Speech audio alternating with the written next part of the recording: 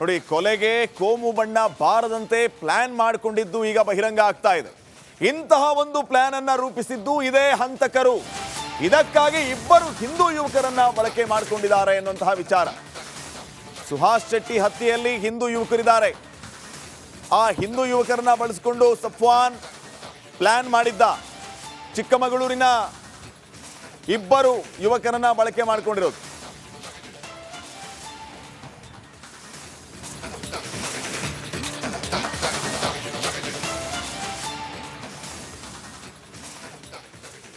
ಈ ಬಗ್ಗೆ ಇನ್ನಷ್ಟು ಮಾಹಿತಿಯನ್ನ ನೀಡ್ತಾರೆ ಪ್ರತಿನಿಧಿ ದಿನೇಶ್. ಈಗ ನೇರ ಸಂಪರ್ಕದಲ್ಲಿದ್ದಾರೆ. ದಿನೇಶ್, ಈಗ ಮುಖ್ಯವಾಗಿ 8 ಜನರನ್ನು ಅರೆಸ್ಟ್ ಮಾಡಲಾಗಿದೆ.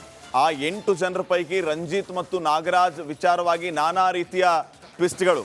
ಇವರಿಬ್ಬರು ಯಾರು, ಇವರನ್ನ ಬಳಕೆ ಮಾಡಿಕೊಳ್ಳಾಯ್ತಾ, ಇವರು ಬಾಡಿಗೆ ಹಂತಕರ ಅನ್ನುವಂತಹ ಪ್ರಶ್ನೆಗಳು ಮೂಡ್ತಾ ಇದೆ. ಈ ಒಂದು ವಿಚಾರಗಳಿಗೆ ಪೊಲೀಸರು ಏನೆಲ್ಲ ಉತ್ತರ ಕಂಡುಕೊಳ್ತಾ ಇದ್ದಾರೆ, ಸದ್ಯಕ್ಕೆ ಏನು ನಡೀತಾ ಇದೆ?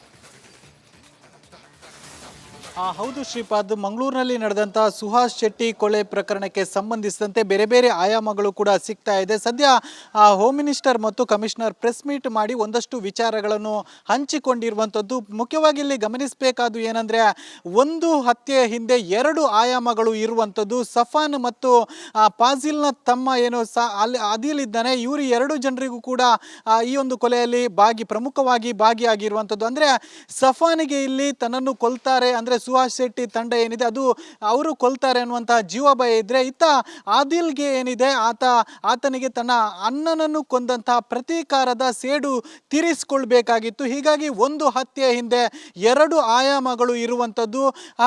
ಹೀಗಾಗಿ ಸಫಾನ್ ಏನಿದ್ದಾನೆ, ಪ್ರಮುಖವಾಗಿ ಈ ವಿಚಾರವನ್ನು ನೋಡೋದಾದ್ರೆ ಸಫಾನ್ಗೆ ಮತ್ತು ಸುಹಾಸ್ ಶೆಟ್ಟಿ ತಂಡಕ್ಕೆ ಈ ಹಿಂದೆ ಅಂದರೆ 2023ರಿಂದಲೂ ಕೂಡ ಒಂದು ವೈಮನಸ್ಸು ಇತ್ತು. ಅಂದರೆ ಚೂರಿ ಇರಿತಕ್ಕೆ ಸಂಬಂಧಿಸಿದಂತೆ ಒಂದು ವೈಮನಸ್ಸು ಇತ್ತು. ಇತ್ತ ಫಾಜಿಲ್ ತಮ್ಮ ಆದಿಲ್ಗೆ ಏನಿದ್ದಾನೆ, ಅಂದರೆ 2022ರಲ್ಲಿ ಫಾಜಿಲ್ ಮರ್ಡರ್ ಆಗುತ್ತೆ. ಮರ್ಡರ್ ಆದಂಥ ನಂತರದಲ್ಲಿ ಏನು ಫಾಜಿಲ್ನ ತಮ್ಮ ಆದಿಲ್ಗೆ ಇದನ್ನು ಪ್ರತೀಕಾರ ತೀರಿಸಿಕೊಳ್ಬೇಕಾಗಿತ್ತು. ಹೀಗಾಗಿ ಮುಖ್ಯವಾಗಿ ಸಫಾನ್ ಏನು ಮಾಡ್ತಾನೆ, ಈತ ಫಸ್ಟಿಗೆ ಆದಿಲ್ನನ್ನು ಅಪ್ರೋಚ್ ಆಗ್ತಾನೆ. ಅಂದರೆ ಈ ಕೊಲೆಯ ಸಂಬಂಧವಾಗಿ ಸಫಾನ್ ಆದಿಲ್ನ ಸಂಪರ್ಕಕ್ಕೆ ಬರ್ತಾನೆ. ಈ ಸಂದರ್ಭದಲ್ಲಿ ಆದಿಲ್ 5 ಲಕ್ಷ ರೂಪಾಯಿಗೆ ಡೀಲ್ ಕೊಡುವಂಥದ್ದು, ಅಂದರೆ ಸಫಾನಿಗೆ 5 ಲಕ್ಷ ರೂಪಾಯಿ ಡೀಲ್ ಕೊಡುವಂಥದ್ದು. ಸುಹಾಸ್ ಶೆಟ್ಟಿ ಹತ್ಯೆಗೆ 3 ಲಕ್ಷ ಅಡ್ವಾನ್ಸ್ ಪೇಮೆಂಟ್ ಕೂಡ ಮಾಡಿರುವಂಥದ್ದು ಆದಿಲ್ ಸಫಾನ್ಗೆ. ಹೀಗಾಗಿ ಒಂದು ರೀತಿಯಲ್ಲಿ ವ್ಯವಸ್ಥಿತವಾಗಿ ಈ ರೀತಿಯಾದಂಥ ಮರ್ಡರ್ ಆಗಿರುವಂಥದ್ದು. ಅಂದರೆ ಸಫಾನ್ಗೆ ಜೀವ ಭಯ ಇತ್ತು, ತನ್ನನ್ನು ಸುಹಾಸ್ ಶೆಟ್ಟಿ ತಂಡದವರು ಕೊಲ್ತಾರೆ ಅನ್ನುವಂಥದ್ದು. ಇತ್ತ ಆದಿಲ್ಗೂ ತನ್ನ ಅಣ್ಣನ ಸಾವಿಗೆ ಪ್ರತೀಕಾರ ತೀರಿಸಬೇಕಾಗಿತ್ತು. ಹೀಗಾಗಿ 2 ಕಾರಣಕ್ಕೋಸ್ಕರ ಕೊಂದಿರುವಂಥದ್ದು. ಮತ್ತು ಈ ಒಂದು ಹತ್ಯೆ ಯಾವುದೇ ರೀತಿಯಾದಂಥ ಕೋಮು ಬಣ್ಣಕ್ಕೆ ತಿರುಗಬಾರ್ದು ಅನ್ನುವಂಥ ಕಾರಣಕ್ಕೋಸ್ಕರವಾಗಿ ನಾಗರಾಜ್ ಮತ್ತು ರಂಜಿತ್ನನ್ನು ಕೂಡ ಬಳಸಿಕೊಳ್ಳಲಾಗಿದೆ ಅನ್ನುವಂಥ ಅನುಮಾನಗಳು ಕೂಡ ಮೂಡ್ತಾ ಇರುವಂಥದ್ದು. ಯಾಕಂದರೆ ನಾಗರಾಜ್ ಮತ್ತು ರಂಜಿತ್ ಎನ್ನುವರು ಯಾವುದೇ ರೀತಿಯಾದಂಥ ಕ್ರಿಮಿನಲ್ ಚಟುವಟಿಕೆಯ ಬ್ಯಾಕ್ಗ್ರೌಂಡ್ ಇರಲಿಲ್ಲ. ಇವರು ನಾಗರಾಜ್ ಸಾಮ್ಯಾನ್ ಕೆಲಸದಲ್ಲಿ ತೊಡಗಿಸಿಕೊಂಡಿದ್ದ ಮತ್ತು ರಂಜಿತ್ ಏನಿದ್ದಾನೆ ಈತ ಡ್ರೈವರ್ ವೃತ್ತಿಯನ್ನು ಮಾಡಿಕೊಂಡಿದ್ದ. ಇವರಿಗೆ ಯಾವುದೇ ರೀತಿಯಾದಂಥ ಹಿಂದಿನ ಕ್ರಿಮಿನಲ್ ಚಟುವಟಿಕೆಗಳು ಇರಲಿಲ್ಲ ಮತ್ತು ಸುಹಾಸ್ ಶೆಟ್ಟಿ ಜೊತೆ ಯಾವುದೇ ರೀತಿಯಾದಂಥ ದ್ವೇಷ ಇರಲಿಲ್ಲ ಅನ್ನುವಂಥದ್ದು ಮೇಲ್ನೋಟಕ್ಕೆ ಗೊತ್ತಾಗ್ತಿರುವಂಥದ್ದು. ಅಂದರೆ ಮಂಗಳೂರಿನಲ್ಲಿ ಈ ರೀತಿಯಾದಂಥ ಹತ್ಯೆ ನಡೆದ್ರೆ ಕೋಮು ಬಣ್ಣಕ್ಕೆ ತಿರುಗುತ್ತೆ. ಅದರಲ್ಲೂ ಕೂಡ ಸುಹಾಸ್ ಶೆಟ್ಟಿ ಅನ್ನುವಂಥವನು ಬಜರಂಗ ದಳದ ಗೋರಕ್ಷಕ ಪ್ರಮುಖನಾಗಿದ್ದ. ಹೀಗಾಗಿ ಇವನನ್ನು ಹತ್ಯೆ ಮಾಡಿದರೆ ಕೋಮು ಬಣ್ಣಕ್ಕೆ ತಿರುಗುತ್ತೆ, ದೊಡ್ಡ ಮಟ್ಟದ ಗಲಾಟೆ ಆಗುತ್ತೆ ಅನ್ನುವಂಥ ಕಾರಣಕ್ಕೋಸ್ಕರವಾಗಿ ಇದು ಸುಫಾರಿ ಕೊಲೆ ಅನ್ನುವಂಥದ್ದನ್ನು ಬಿಂಬಿಸೋದಕ್ಕೋಸ್ಕರವಾಗಿ ಈ ರೀತಿಯಾದಂಥ ಏನು ಪ್ಲಾನ್ಡ್ ರೀತಿಯಲ್ಲಿ, ಅಂದರೆ 2 ಹಿಂದೂ ಯುವಕರನ್ನು ಕೂಡ ಬಳಸಿಕೊಂಡ್ರೆ ಯಾವುದೇ ರೀತಿಯಾಗಿ ಕೋಮು ಬಣ್ಣಕ್ಕೆ ತಿರುಗುವುದಿಲ್ಲ, ಏನು ಬೇರೆ ರೀತಿಯಾದಂಥ ಆಯಾಮ ಪಡೆದುಕೊಳ್ಳುತ್ತೆ ಅನ್ನುವಂಥ ನಿಟ್ಟಿನಲ್ಲಿ ಇಬ್ಬರು ಹಿಂದೂ ಯುವಕರನ್ನು ಕೂಡ ಈ ಒಂದು ಕೊಲೆಯಲ್ಲಿ ಭಾಗಿಯಾಗಿ ಮಾಡಲಾಗಿದೆ ಅನ್ನುವಂಥ ಒಂದು ಆರೋಪಗಳು ಕೂಡ ಕೇಳಿ ಬರ್ತಾ ಇದೆ, ಅನುಮಾನಗಳು ಕೂಡ ವ್ಯಕ್ತ ಆಗ್ತಾ ಇರುವಂಥದ್ದು. ಒಟ್ಟಿನಲ್ಲಿ ಈ ಬಗ್ಗೆ ಪೊಲೀಸ್ ಕಮಿಷನರ್ ಮಾಹಿತಿ ನೋಡಿ, ಕೊಲೆಗೆ ಕೋಮು ಬಣ್ಣ ಬಾರದಂತೆ ಪ್ಲಾನ್ ಮಾಡಿಕೊಂಡಿದ್ದು ಈಗ ಬಹಿರಂಗ ಆಗ್ತಾ ಇದೆ. ಇಂತಹ ಒಂದು ಪ್ಲಾನ್ ಅನ್ನ ರೂಪಿಸಿದ್ದು ಇದೇ ಹಂತಕರು. ಇದಕ್ಕಾಗಿ ಇಬ್ಬರು ಹಿಂದೂ ಯುವಕರನ್ನ ಬಳಕೆ ಮಾಡಿಕೊಂಡಿದ್ದಾರೆ ಎನ್ನುವಂತಹ ವಿಚಾರ. ಸುಹಾಸ್ ಶೆಟ್ಟಿ ಹತ್ಯೆಯಲ್ಲಿ ಹಿಂದೂ ಯುವಕರಿದ್ದಾರೆ. ಆ ಹಿಂದೂ ಯುವಕರನ್ನ ಬಳಸಿಕೊಂಡು ಸಫ್ವಾನ್ ಪ್ಲಾನ್ ಮಾಡಿದ್ದ. ಚಿಕ್ಕಮಗಳೂರಿನ ಇಬ್ಬರು ಯುವಕರನ್ನ ಬಳಕೆ ಮಾಡಿಕೊಂಡಿರೋದು.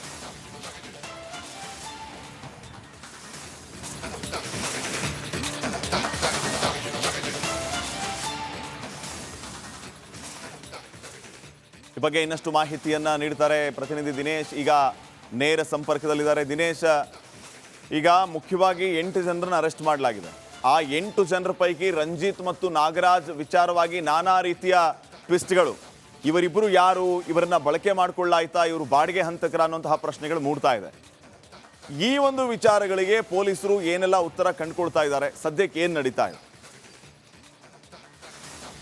ಹೌದು ಶ್ರೀಪಾದ್, ಮಂಗಳೂರಿನಲ್ಲಿ ನಡೆದಂಥ ಸುಹಾಸ್ ಶೆಟ್ಟಿ ಕೊಲೆ ಪ್ರಕರಣಕ್ಕೆ ಸಂಬಂಧಿಸಿದಂತೆ ಬೇರೆ ಬೇರೆ ಆಯಾಮಗಳು ಕೂಡ ಸಿಗ್ತಾ ಇದೆ. ಸದ್ಯ ಹೋಮ್ ಮಿನಿಸ್ಟರ್ ಮತ್ತು ಕಮಿಷನರ್ ಪ್ರೆಸ್ ಮೀಟ್ ಮಾಡಿ ಒಂದಷ್ಟು ವಿಚಾರಗಳನ್ನು ಹಂಚಿಕೊಂಡಿರುವಂಥದ್ದು. ಮುಖ್ಯವಾಗಿ ಇಲ್ಲಿ ಗಮನಿಸಬೇಕಾದ್ದು ಏನಂದರೆ, ಒಂದು ಹತ್ಯೆ ಹಿಂದೆ 2 ಆಯಾಮಗಳು ಇರುವಂಥದ್ದು. ಸಫಾನ್ ಮತ್ತು ಫಾಜಿಲ್ನ ತಮ್ಮ ಏನು ಅಲ್ಲಿ ಆದಿಲ್ ಇದ್ದಾನೆ, ಇವರು 2 ಜನರಿಗೂ ಕೂಡ ಈ ಒಂದು ಕೊಲೆಯಲ್ಲಿ ಪ್ರಮುಖವಾಗಿ ಭಾಗಿಯಾಗಿರುವಂಥದ್ದು. ಅಂದರೆ ಸಫಾನಿಗೆ ಇಲ್ಲಿ ತನ್ನನ್ನು ಕೊಲ್ತಾರೆ, ಅಂದರೆ ಸುಹಾಸ್ ಶೆಟ್ಟಿ ತಂಡ ಏನಿದೆ ಅದು ಅವರು ಕೊಲ್ತಾರೆ ಅನ್ನುವಂತಹ ಜೀವ ಭಯ ಇದ್ರೆ, ಇತ್ತ ಆದಿಲ್ಗೆ ಏನಿದೆ ಆತನಿಗೆ ತನ್ನ ಅಣ್ಣನನ್ನು ಕೊಂದಂತಹ ಪ್ರತೀಕಾರದ ಸೇಡು ತೀರಿಸಿಕೊಳ್ಬೇಕಾಗಿತ್ತು. ಹೀಗಾಗಿ ಒಂದು ಹತ್ಯೆ ಹಿಂದೆ 2 ಆಯಾಮಗಳು ಇರುವಂಥದ್ದು.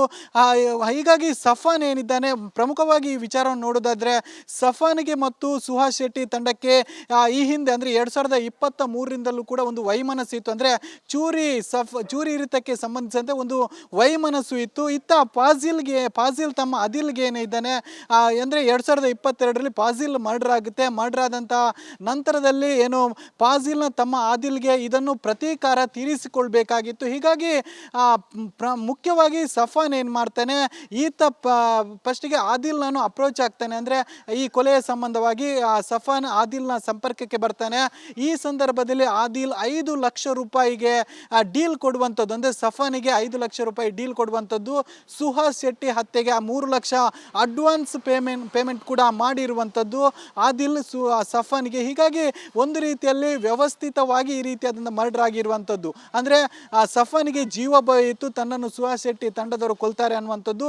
ಇತ್ತ ಆದಿಲ್ಗೂ ತನ್ನ ಅಣ್ಣನ ಸಾವಿಗೆ ಪ್ರತೀಕಾರ ತೀರಿಸಬೇಕಾಗಿತ್ತು. ಹೀಗಾಗಿ 2 ಕಾರಣಕ್ಕೋಸ್ಕರ ಕೊಂದಿರುವಂಥದ್ದು. ಮತ್ತು ಈ ಒಂದು ಹತ್ಯೆ ಯಾವುದೇ ರೀತಿಯಾದಂಥ ಕೋಮು ಬಣ್ಣಕ್ಕೆ ತಿರುಗಬಾರ್ದು ಅನ್ನುವಂಥ ಕಾರಣಕ್ಕೋಸ್ಕರವಾಗಿ ನಾಗರಾಜ್ ಮತ್ತು ರಂಜಿತ್ನನ್ನು ಕೂಡ ಬಳಸಿಕೊಳ್ಳಲಾಗಿದೆ ಅನ್ನುವಂಥ ಅನುಮಾನಗಳು ಕೂಡ ಮೂಡ್ತಾ ಇರುವಂಥದ್ದು. ಯಾಕಂದರೆ ನಾಗರಾಜ್ ಮತ್ತು ರಂಜಿತ್ ಎನ್ನುವರು ಯಾವುದೇ ರೀತಿಯಾದಂಥ ಕ್ರಿಮಿನಲ್ ಚಟುವಟಿಕೆಯ ಬ್ಯಾಕ್ಗ್ರೌಂಡ್ ಇರಲಿಲ್ಲ. ಇವರು ನಾಗರಾಜ್ ಸಾಮ್ಯಾನ್ ಕೆಲಸದಲ್ಲಿ ತೊಡಗಿಸಿಕೊಂಡಿದ್ದ ಮತ್ತು ರಂಜಿತ್ ಏನಿದ್ದಾನೆ ಈತ ಡ್ರೈವರ್ ವೃತ್ತಿಯನ್ನು ಮಾಡಿಕೊಂಡಿದ್ದ. ಇವರಿಗೆ ಯಾವುದೇ ರೀತಿಯಾದಂಥ ಹಿಂದಿನ ಕ್ರಿಮಿನಲ್ ಚಟುವಟಿಕೆಗಳು ಇರಲಿಲ್ಲ ಮತ್ತು ಸುಹಾಸ್ ಶೆಟ್ಟಿ ಜೊತೆ ಯಾವುದೇ ರೀತಿಯಾದಂಥ ದ್ವೇಷ ಇರಲಿಲ್ಲ ಅನ್ನುವಂಥದ್ದು ಮೇಲ್ನೋಟಕ್ಕೆ ಗೊತ್ತಾಗ್ತಿರುವಂಥದ್ದು. ಅಂದರೆ ಮಂಗಳೂರಿನಲ್ಲಿ ಈ ಒಂದು